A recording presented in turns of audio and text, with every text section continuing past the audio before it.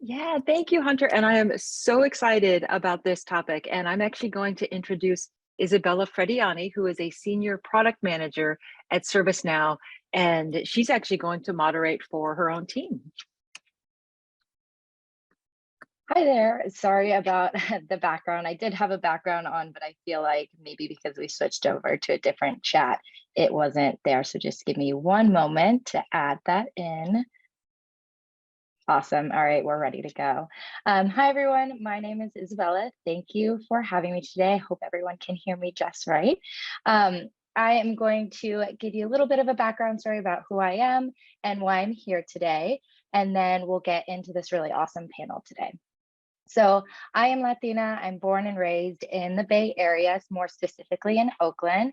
My mother's family is from Nicaragua, and my dad's family is Mexican and Italian. If anyone's curious why my last name sounds more Italian than anything, I went to college at the University of San Diego. And really, I just want to take a moment here, if you don't mind me being a little bit more vulnerable and sharing something that I like to share up front. And it's something that I've struggled with a lot, but I think it's really important as I go through this conversation to share with you all that I have struggled with my identity a lot in the past. Growing up in a mixed household and a mixed community, I've never really felt like I truly belonged. I never felt quite Latin enough for my Latin peers or white enough for my white peers. So I just wanted to set this tone to really share with you more about my journey, how I got to where I am, and just have that as an undertone. So, with that being said, getting a little bit into my career, I joined ServiceNow my senior year of college in 2017. So, this was undergrad, and I was an intern as a product manager on the same team I'm currently on. I was really underprepared for this role, and I had no idea what to expect. I felt a lot of imposter syndrome, which I know a lot of people do feel, especially as a Latina. I've definitely gone to topics or other larger conversations about this struggle that we face. And I only thing I did know is I could work really hard and I could get things done. Upon graduating, I was offered a full-time role at ServiceNow as the first, or to my knowledge, the first and only associate product manager at the time. Again, because I was the first and only, there were not a lot of people in the same boat as me. And I felt very alone in my role because I was the only one that I knew of. And I didn't have that same relationship with my colleagues being so young. So fast forward 5 years, 2022, I am a senior product manager, still on the same team with more knowledge on what we do than some of my peers because I've been on the team for so long and had a lot of really great opportunities and experiences. Taking a step back to really talk more about mentorship and sponsorship, I've never experienced sponsorship to date, so I can't really talk to that type of relationship or experience, but I can share a bit more about my experience with mentors. As many people did during COVID, I needed to find an outlet to really focus my creative pursuits. I got together with a friend of mine and we started formulating an idea of a side job or a side hustle that we can do. And that was creating a consumer facing mobile app, something for our generation, for our age. And I decided after doing a lot of research that I really did need a mentor, somebody to help me navigate these uncharted waters. I found a woman of color who works for a Fortune 500 company and has a history of really helping women in similar positions as myself. And luckily, I have a personal relationship with her, so it made that connection pretty easy. After quarterly meetings with her, I got a lot of quality advice. However, that's kind of where it ended. Not a lot of actions or connections were made, and that's not advice could only take me so far for what I was looking for. Hindsight is 2020. This might have been the way I engaged, or possibly because I was not clear with my ask or I was not direct with her. But again, this is more of some questions that I'm definitely going to get into as we go through this panel. So fast forward a little bit more, I joined the Latinx Employee Belonging Group at ServiceNow, a resource group we have in, I believe it was 2021. And that's when I was matched with my first mentor at ServiceNow, Marcus, who you'll hear from later. And if you're doing the math, you'll realize it did take me a few years to even look for anyone that was similar to me or that could really share experience with, that I could learn from, again, because of that struggle that I shared with you before. But I digress. Marcus and I met several times discussing various topics like career growth and how to talk to my managers, especially about certain conversations that I was a little uncomfortable by or I didn't know how to approach them. And it was really great to have Marcus as a mentor because he has a really great pulse on the company, knows a ton of parts of the organization, and was really approachable. But it was around that time that I realized I was looking for more than just a mentor, maybe a sponsor. And so that's kind of what brings me here today. So why am I here? I am, like so many others, seeking sponsorship, but unsure of how to go about it. I'm hoping to learn more about what a sponsor is, how to maintain this type of relationship, what to expect from a sponsor, and ultimately how I should hold myself accountable in that type of relationship. So I kind of want to start off by asking everyone in the audience, I believe we have access to the chat. How do, or what is the difference between a sponsor and a mentor? And do you know the difference between a sponsor and a mentor? Yes or no? So I'm just going to pause here for a moment. While we're waiting for that, I think there might be having some technical difficulties for the administrative team. If you just click swap displays right up there in the top, kind of above the, maybe we'll actually get, There we go. there we go. Thank you for that. Thanks, Marcus. All right. I'm not sure if I can see the chat, so hope everyone is putting in if they know the difference between a sponsor and a mentor. I think it would be really great conversation, really great insight to share. But I will keep going. We do have some slides up here just to kind of explain a little bit more the difference between a mentor and a sponsor. So mentorship is traditionally defined as a relationship where a more experienced employee helps guide and shape another employee with less experience. Mentors offer advice and guidance and can be a sounding board for mentees. They help you make career decisions, work through challenges, and be a role model for you to emulate. Mentors have several benefits. They're really great to have. Sponsorship, on the other hand, is a relationship between an employee and a person who has authority or influence that they can help develop, help with career development and advancement. A sponsor is an individual who can open up opportunities for you. They are not only more experienced, but they can lift you up to a higher level in the company. It can include talking to you about job opportunities, nominating you for boards or projects, advocating for your advancement within a company to senior leaders or decision makers within the company. So now we're going to talk a little bit about numbers. We can go to the next slide. Awesome. So as you can see by the numbers on the slide, sponsorship has proven benefits such as retention, innovation, growth, and this is specifically for women of color. So women who are sponsored are 200% more likely to see their ideas implemented than peers who do not have sponsors. And additionally, women of color who are sponsored are 60% less likely to quit within a year than peers who are not sponsored.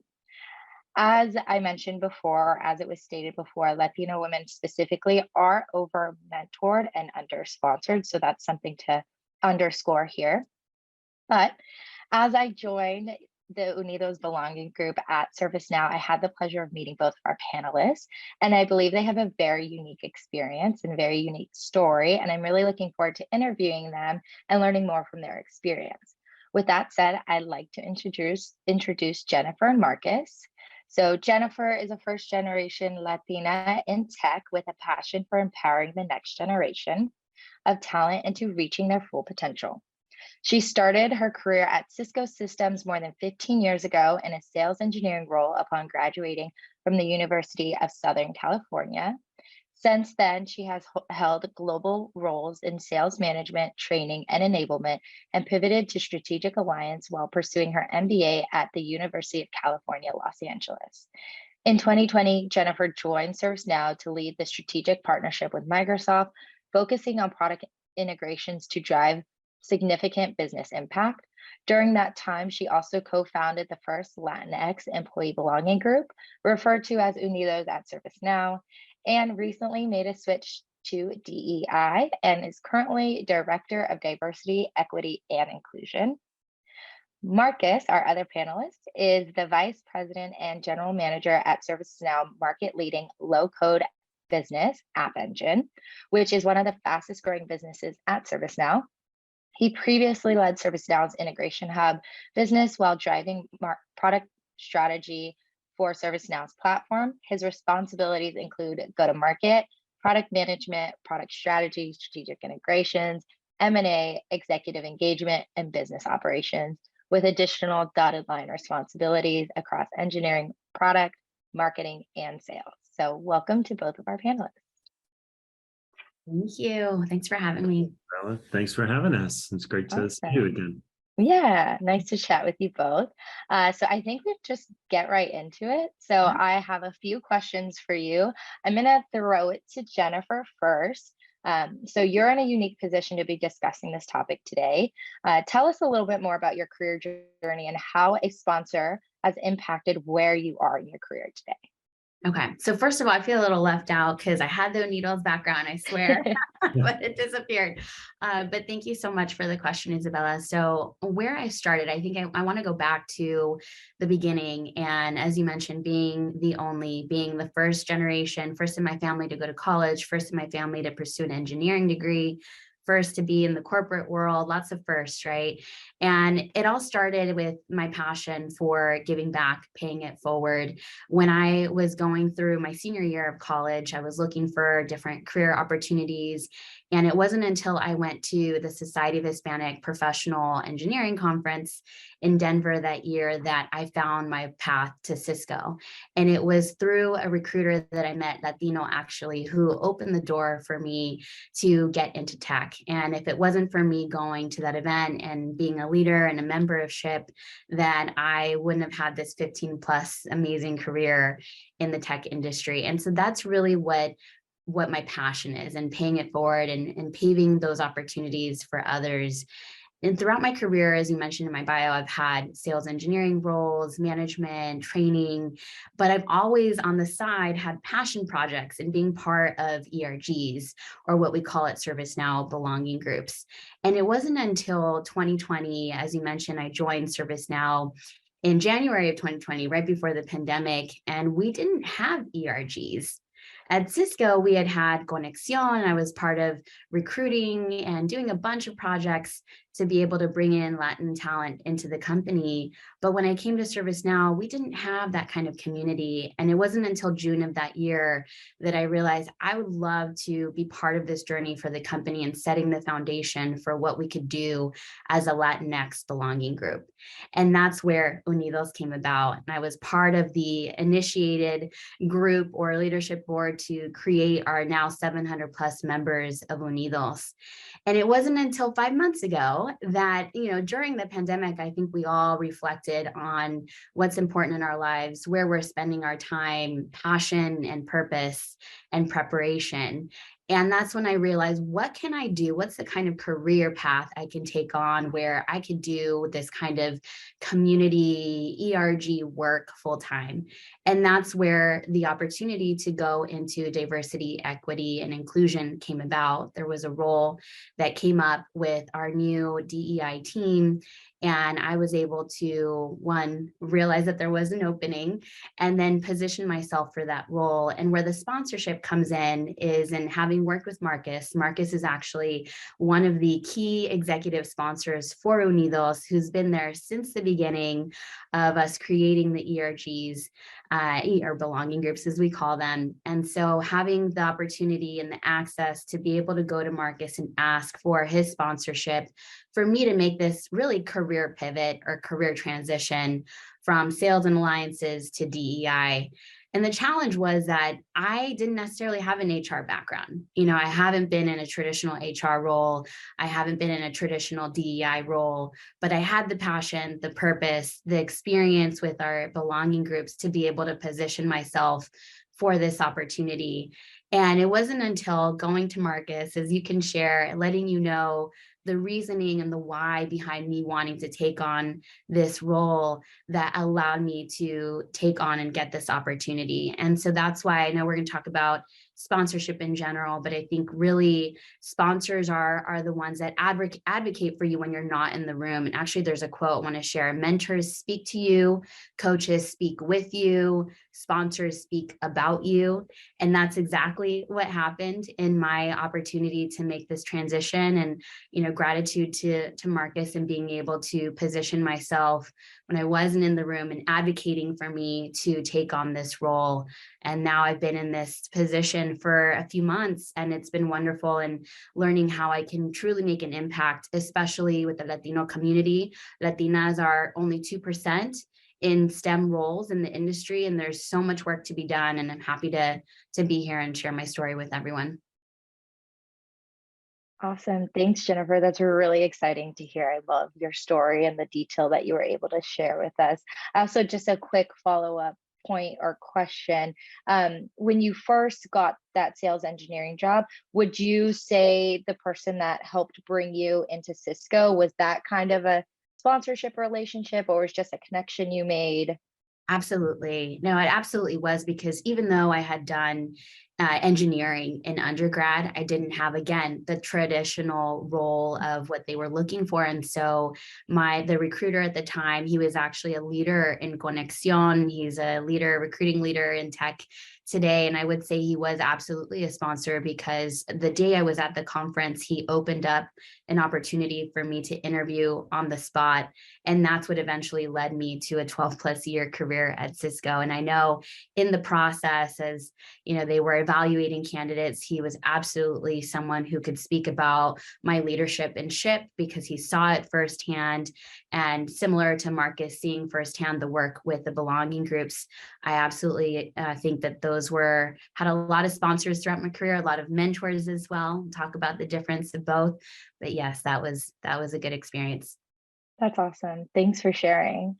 So, Marcus, how did you find yourself in a position to be a sponsor? More specifically, how were you able to step out of your need to reach up in order to reach back? I'm going to get to your question in a second, Isabella, but I wanted to sort of step back a second to just recognize both your stories. And actually, I have a very similar story in the sense of, I was the first in my family to go to university. A couple of my brothers had gone to junior college at that point. But to university, I was the first in my, had sort of a job in tech, period, but more what I would call more of a kind of white collar job, or as traditionally described. But in all of our stories here, what you really see is we were fortunate that we were able to associate ourselves to, whether it's SHIP. I was in SHIP, but my conference was in Orlando, and that was years before you, because I'm old and decrepit. But with Isabella, you were part of our intern program.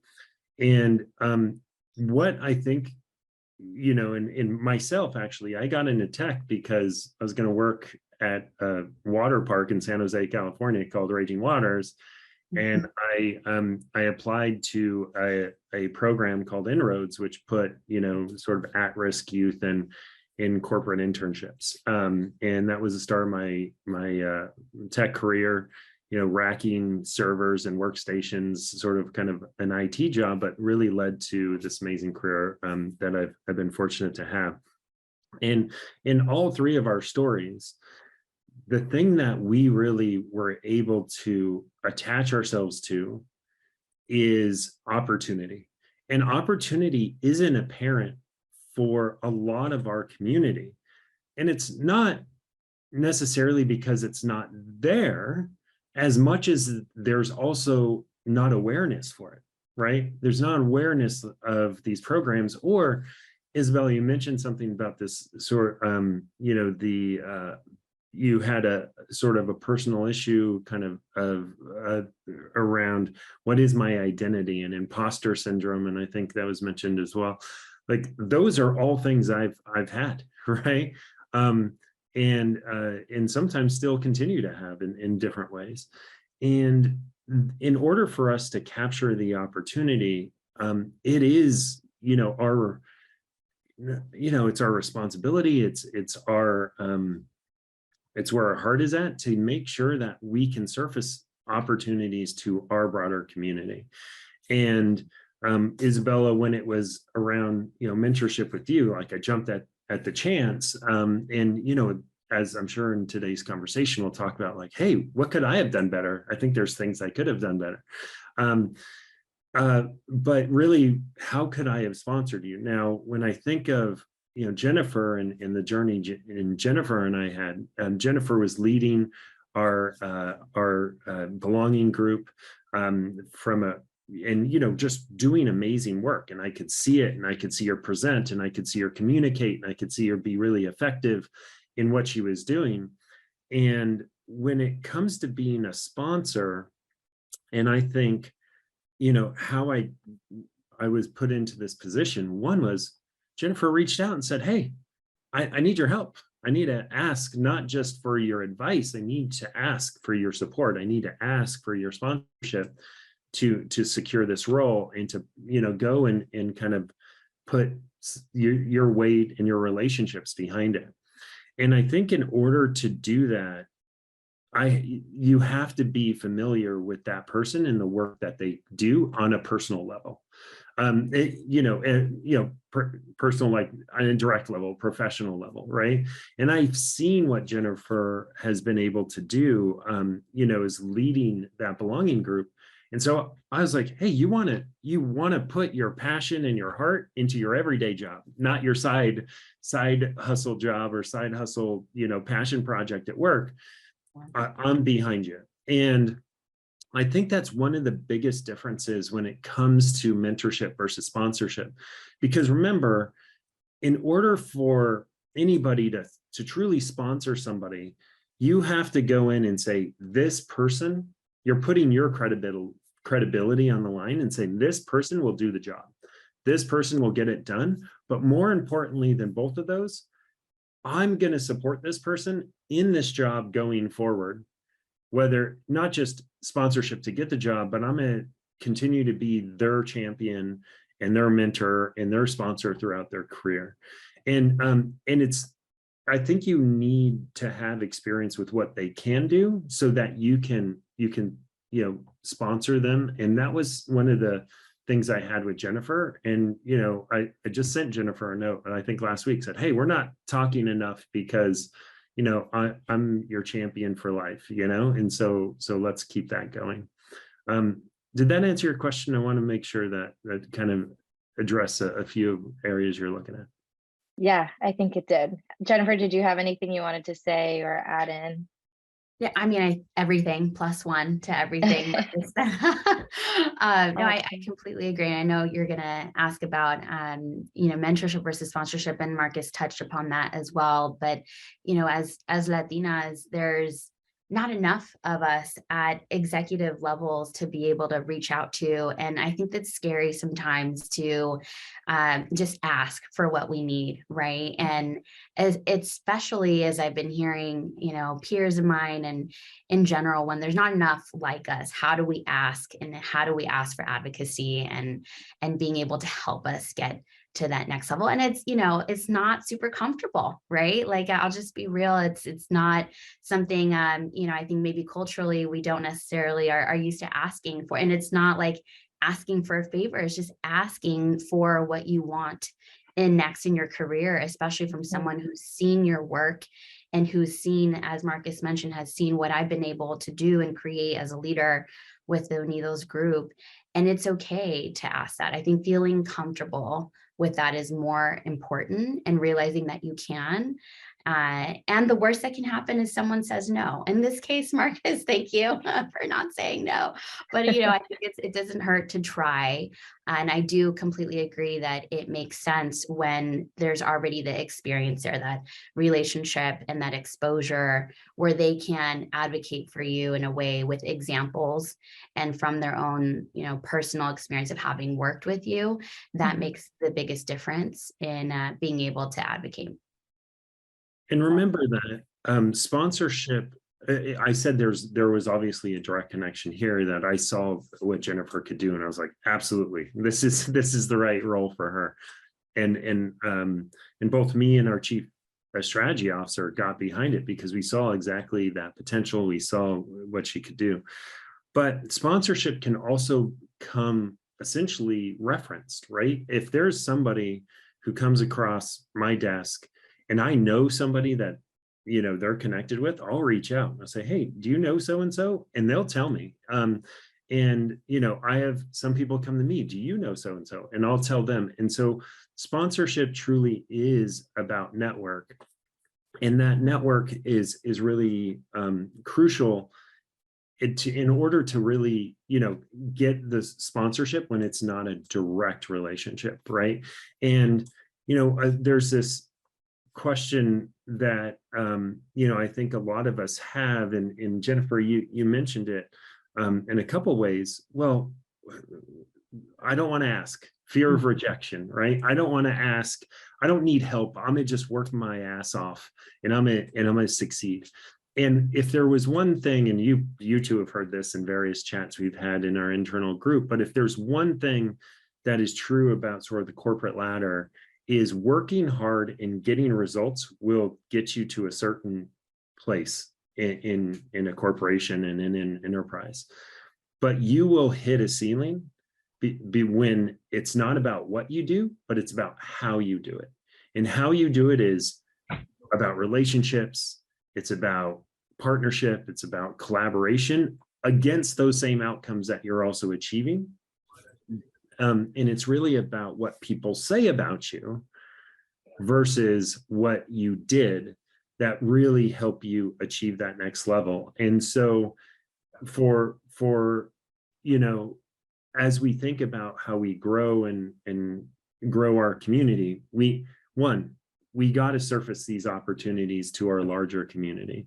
We need to be able to say, hey, take this in, you know, evaluate and look at them as a great new add in a different perspective to what we commonly already have within our organizations.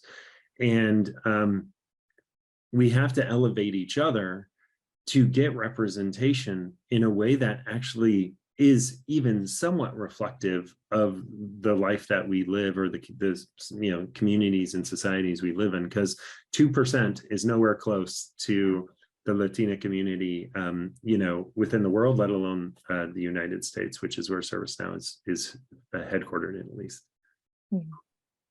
Awesome, thanks. It really resonated with me, Marcus, when you said working hard, which is something I think we all can, you know, all experience and all strive for, can only get you so far. It's, you know, how you do that work and how you present yourself and how you make those connections to get you to that next level, because it truly is. And as much as we maybe don't want to believe it, or we want to believe, you know, my hard work will stand on its own and show itself, there's still more to that we do have to take into consideration as well. So that really resonated with me. Thank you for sharing that.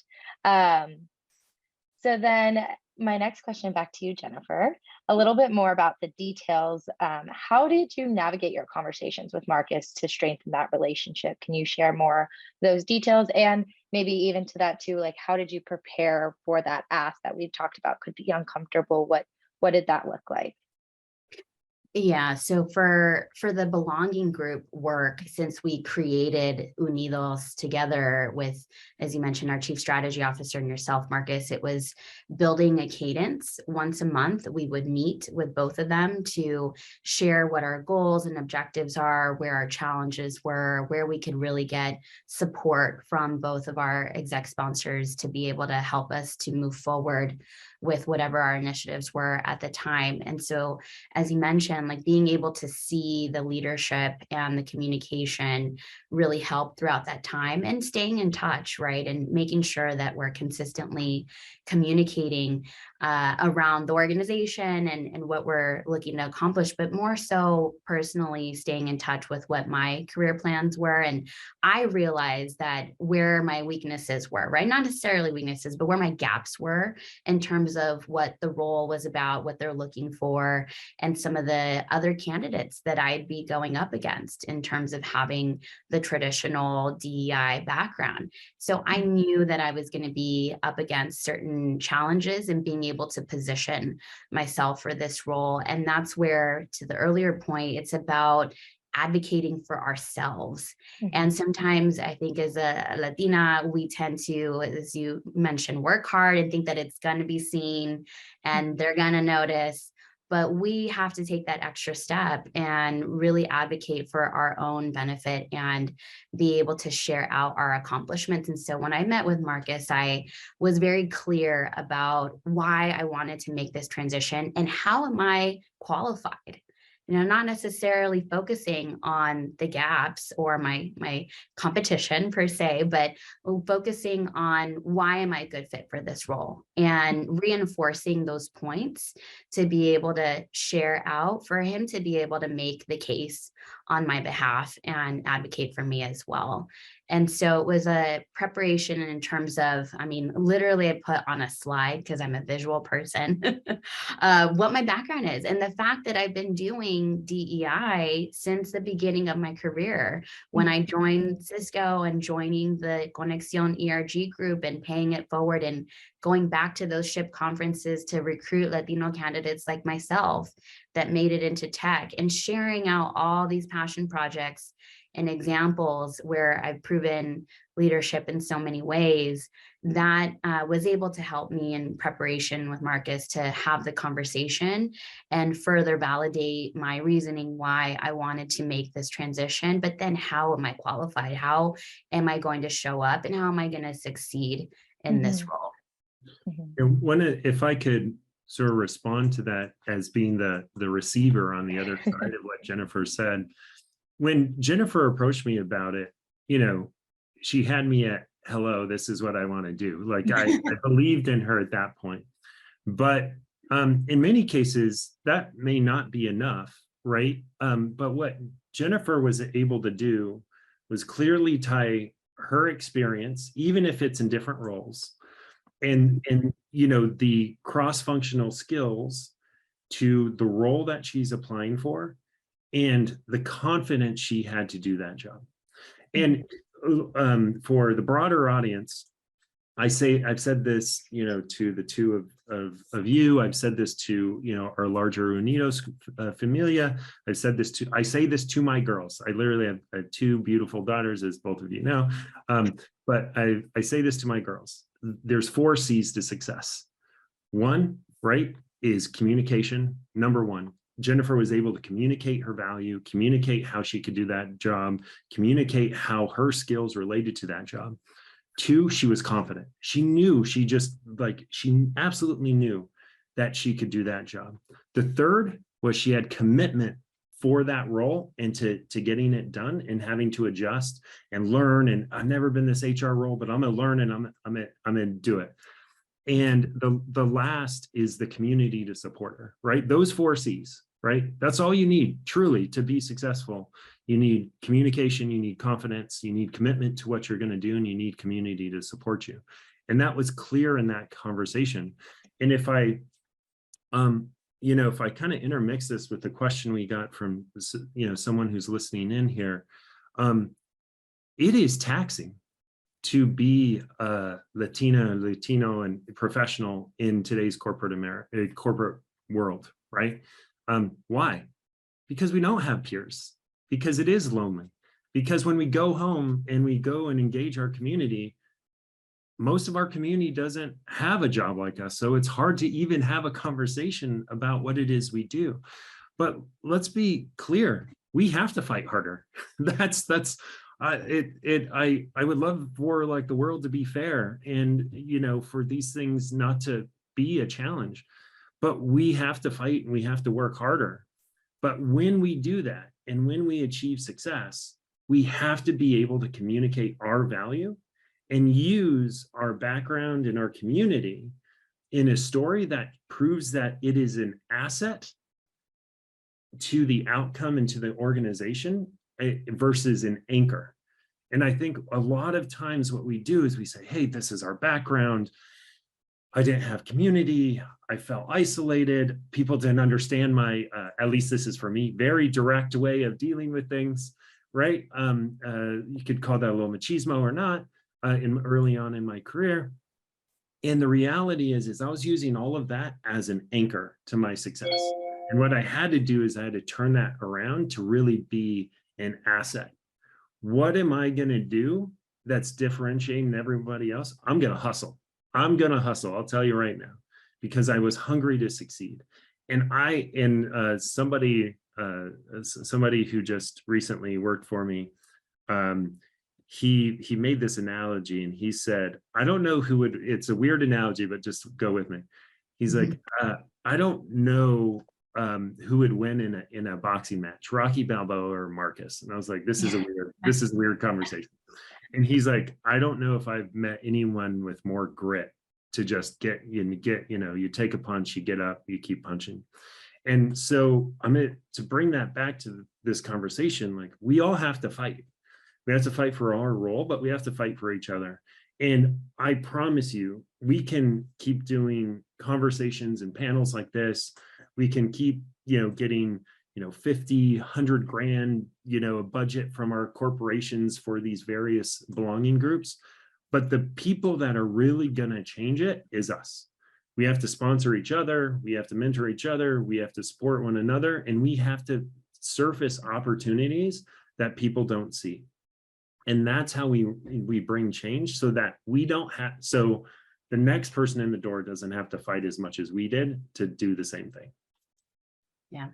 I think the challenge too, and I'll add to that, I love the 4 C's, jotting that down. But I think the challenge is that, Marcus, you're such an incredible leader and you get it, right? And you have similar backgrounds to us that you can relate to. The challenge is when we're working with others that could be sponsors, but don't naturally or aren't naturally inclined to be a sponsor for one of us. And so I think that's where the challenges and where the grit is and the fight is, and making sure that our presence is heard, that we're advocating for ourselves and making those asks to make sure we're educating and creating a space where people that are in a position that can promote us or allow us to change careers are advocating for us as well. Because again, Latinas, 2%, within that, in the executive roles, much less than that. So we can't rely on someone who necessarily looks like us. It needs to be someone who has empathy, who has the, willingness and the ability to make those kinds of positions available to us, right? And be able to advocate for us and share out what all we've accomplished and our passion, our fire, our desire to keep going. And so I agree with you, Marcus. It does stem from us, but I think it also stems from the opportunities that others need to be more aware of and be able to position us in the best possible light. 100%. A lot of what representation creates, right? Whether it's 2%, 20%, 40%, what it creates is awareness, right? So that people who don't look like us, have a similar story, none of that, don't see it any other way, right? But us, doing the right thing, and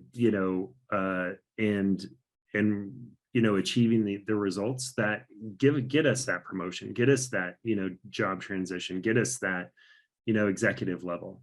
And I can't tell you how many times, my style was an issue, right? And part of that is I had to be introspective of myself, introspective of like, hey, this is the community in which I work.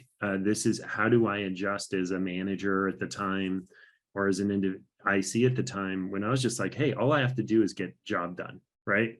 But it's how you eventually do that really, can cause certain blockages in that ladder. But I'd love to go back to sort of mentorship and sponsorship for a second, and ask, Isabella. So Isabella, I was your mentor. You were looking at different things at different times of your career. I was trying to help at one point I was like, what do I need to do? and like, tell me what you need me to do. And let me try to work on that. And you gave me some initial places to focus, but I would love to understand, from this conversation, what you've heard, what could I have done different to be a better sponsor to you? And I'm happy to give sort of my view on the other side as well. Yeah, absolutely. Wait, am I on mute? Okay, I thought I was on mute for a moment. No, so and it's really interesting that you bring that up, because a lot of the reason why I feel like our work together had, a lot of different direction was because, again, being early in my career, I'm not very sure where I want to go. And I think something that would have been super helpful in this relationship, again, would have, kind of been more on the mentorship. Like, these are a lot of the opportunities that are in ServiceNow. This is what, where you could go. Does what sounds interesting to you? Like, where, are you looking to go? And then from there, I could do more, introspective work and be like, oh, this part of the organization sounds really interesting. And then I could, do a little bit more work. And then from this conversation, I learned what it takes to get switch to that sponsorship type of relationship. Also, maybe I didn't know what a sponsor was before. I didn't necessarily know there was a difference, like that we could have had a different type of relationship. I thought it was just mentorship and advice and things like that. So maybe that, knowing that you have this type of relationship with Jennifer, you could have been like, hey, here's another option. We could do a sponsorship type of relationship when you see an opportunity or you have something else you want to shift towards. We can work together to get you there because I have those resources, I have those connections, things like that. Would have been really awesome to know. Again, I just didn't know that was an option. So that's kind of what was running through my head as we've been going through this conversation, because I've been thinking that too, like, how could our time together have been, a little different, or what could it have looked like to change it to that sponsorship? Part of it just starts from knowing that that's an option, I think. Yeah. Great. Yeah. And I think if I was just to react to that, one of the things, there's different things that people in our community can sponsor, right? Sometimes sponsorship is just introductions, but it's like, we have to be, direct or honest about, hey, I haven't worked with this person directly. I've spoken with them a few times. They seem very, hungry and bright. Give them a look. That is actually a sponsorship. Just to kind of open the crack in the door. Other times it's, pounding on the door, a little bit what, happened with Jennifer, which was, hey, you absolutely need to put Jennifer in this role, right? And it's much more sort of direct. But yeah, one of the things I think being in the situation of being both a mentor and a sponsor is, and kind of thinking about the differences, is it's to some degree, it's always a little bit unclear to a mentor or a sponsor. Well, and not in your case, Jennifer, because you're very clear what you were looking for, but what it is you're really looking for, right? And if I use you as an example, Isabella, you're kind of in the shift from, hey, I want to go from this kind of a product role to another kind of product role. And, oh, but maybe I don't want to do that here. What connections you have somewhere else? Oh, I want to go do my own thing. How can I help? And, I'm giving product feedback and so forth. And, the other thing that I think is also just really important, especially if there's any early in career on this call, is it is okay. It is completely okay to not exactly know what your path is. It is okay not to have that mapped out and to be looking for, mentorship in that sense of what are the different paths and opportunities for me. But at some point, you have to set a goal and ask your mentor for sponsorship against that goal. And because a goal without a plan is nothing but a wish. That's all it is. right? And so you really have to look and say, this is what I'm trying to do. And that may be like first option. If it doesn't work out, great, shift, go option number two. That first option is, hey, this is what I'm trying to do. I could use your mentorship if you have a mentor on, thoughts around this plan. Great. Now that you gave it to me, incorporated, etc. Now I need your sponsorship for this part of my plan. Right. And I think that would, I think that probably would have helped me be a better sponsor for you. Yeah. And yeah, anyway. I was going to say, I think that was a part of the reason why, again, just to be candid here, why we haven't met in a little while was because I didn't want to waste your time, because I know you're a very busy person, and I wanted our conversations to be very fruitful and have a lot of depth to them. So I was like, let me take a step back, do some introspective work, and then come back to the table when I have a little bit more direction and a little bit more guidance on what I need to do and what I want. And even now, even better that we've had this conversation, I have a better and more clear way of coming to you at the time when I have more of a direction. I know I could still change direction too and things like that. And I think that was great that you touched on that, but at least taking a step forward in one direction. I wanted to have that before I came back and it was like, hey, Marcus, let's chat again. I didn't want to just chat and not have an agenda, or, we're both very busy, and it needs to be a deep and important and like tangible goals. So that's also, I think, where maybe we had paused for a moment and where I was going to pick back up. I love this because you're both talking about even the process of having a mentor and turning that into sponsorship. And the question is, can you have both in one person? And the answer is yes, right? Yeah. And Yeah. that relationship can evolve given, where you're at, Isabella, in your career and what you want to do next. So I think that's a great way to explain it for everyone here. Yeah, awesome. Great questions. I think maybe we have time for one more question, or we might just want to open it up and answer. I know we've gotten another question on the chat, so let's just do the question on the chat. So somebody asks, one rightly assumes that being highly skilled is a ladder to empowerment and professional success. However, it is nothing without the right opportunities. Sometimes coming from where we come from, we probably need that external push to elevate us. How do you suggest we can do that for each other on an inner community level? Does anyone want to take the first stab? Yeah, I mean, I agree. I think opportunities are sometimes a bit of luck. And sometimes, we make our own opportunities within. I could talk about the Unidos group. When we started the group, we saw that there was a gap for really creating mentorship, focus on mentorship for early in career. As Latinos and Latinas come into ServiceNow, it's kind of a lack of guidance around what they can do next, how to navigate the corporate world, especially if they're first generation.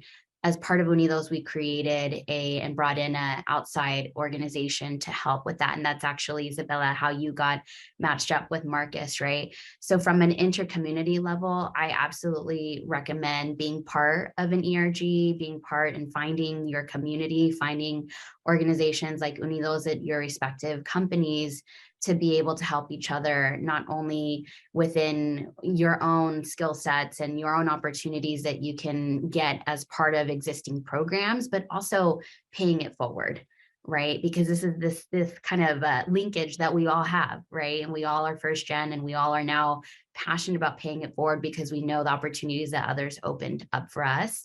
I think that's something that we can consistently grow as a community and be able to do to support each other. And then secondly, within DEI, we are looking at sponsorship programs because sometimes it isn't organic, right? It'd be nice if it was organic in the way that, my exposure to you, Marcus, was through the belonging groups. But what about those that aren't leaders in the belonging groups? How did they get exposure to potential sponsors? And so there are companies like here at ServiceNow, we're looking at sponsorship programs for particular groups that, are underrepresented here at the company and in tech in general. And so I definitely advocate for those of you to look for those sponsorship programs within your companies. And if they don't exist, be part of a belonging group, be part of an ERG, create one if it didn't exist already, and be part of taking action in creating those opportunities for yourself. I love that. Thanks, Jennifer. Another question we got is, while the lack of sponsorship for Latina executives is holding them back from professional progress, another aspect of this is the lack of inclusive culture. How can people ensure an inclusive and diverse culture to empower Latinx people? This is, I love this question because there was, I'm gonna just sort of be real for a second about what, I think the two different sides of programs that really try to focus on diversity and inclusivity. On one side, you have, a very open and aware and empathetic, kind of base of an organization that says, oh, absolutely, like, we need more representation, we need more diversity, because they actually understand, maybe for some people it's about, equality and morality and so forth, and others also see, hey, guess what, companies that actually have a more inclusive and more diverse culture, they make better products, they make better profits, and all these things. There's a bunch of stats on that. But there is a flip side to it, especially in large organizations, thousands of people, or smaller organizations where, like, everyone just hired somebody that looks, believes, acts, thinks like them, that, like, hey, why do we have to talk about this stuff? Let's just go to work, right? Just do your job. I don't know why we talk about this. We've seen entire companies have policies like, hey, this you can do, and we can even fund and donate to whatever cause you want, but you leave that stuff outside work. And it's tricky. It's a tricky balance in today's world where on one side, people feel that they can't be open and have a conversation, and because of, concerns on maybe they'll lose their job, right? On the other side, you have an entire clearly set of communities that are absolutely sort of not provided opportunities, and it creates holding them back. And I don't know if I have a magical answer, or any of us do, really. Jennifer, you've been part of, various programs at huge organizations, both ServiceNow and Cisco. And what I would say from my side is, going back to what I said earlier, is really tying our diversity in a way that people map it to the success of you and the success of the team and the success of the organization as an asset.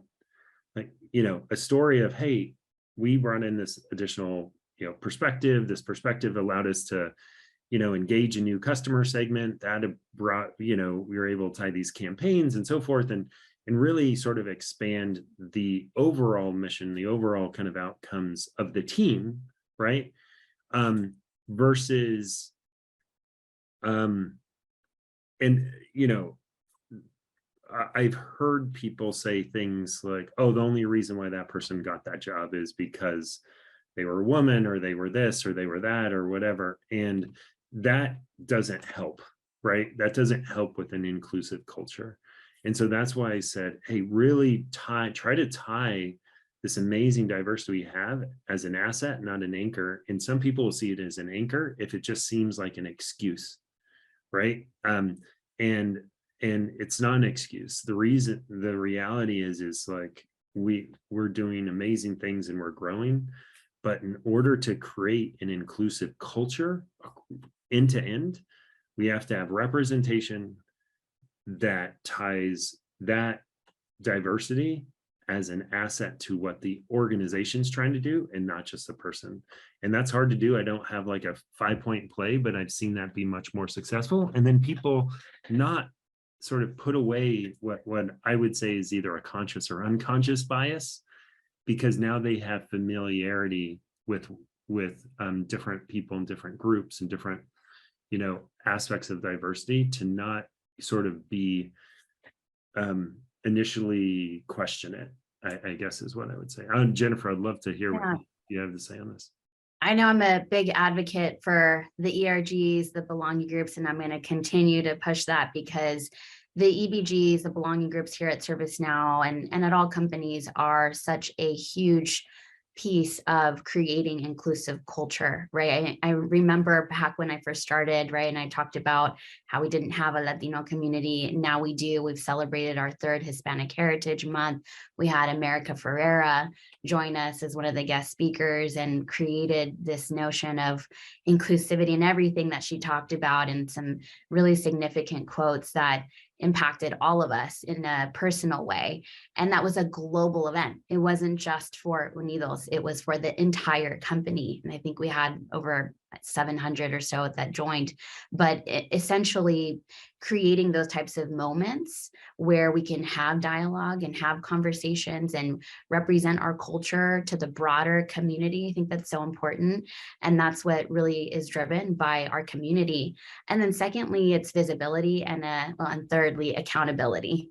It's getting visibility as an executive to understand what is inclusive culture in your organization, because I think it does have to be established from the top down.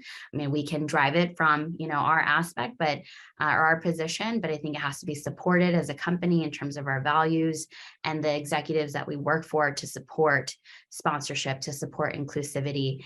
And then the visibility aspect is seeing, right? Like seeing where are we at as the Latino population within the company? How many of us are in director positions or VP positions? Are we progressing and getting promoted in our organizations? And if we're not, what are those gaps, and how can we hold everyone accountable across the organization to be able to progress forward? And that's, now that I'm on the DEI side, being able to see those things and what we drive within our own organization is so key. Awesome. Thanks, Jennifer. Thanks, Marcus. I do have to unfortunately say we only have 2 minutes left, and so I think it's about time to wrap it up. But I just wanted to say again a huge thank you to both of you two for this really honest and candid conversation, and I really appreciate it. I feel like I learned so much more from this conversation, even before, like when we were prepping and things. This was just incredible. I learned so much. I hope our audience learned a lot as well. And then wanted to thank the Power to Fly team as well for working with us on this and allowing us to have this really important conversation. It means a lot to us. And I don't know, Jennifer and Marcus, if you have a quick wrap up you want to say, but again, just thank you everyone for this incredible and powerful conversation. Thank you. Thank you for hosting, Isabella. This was wonderful. Thank you, Marcus. Really enjoyed it. And reach out. I mean, it's all about relationships. We talked about connections. I'm on LinkedIn, and I would love to connect with everyone here if there's any other questions, follow-ups, and what we're doing here at the company. Thank you. Absolutely. Absolutely. Reach out. Thank you. Cheers. Thank you. Bye.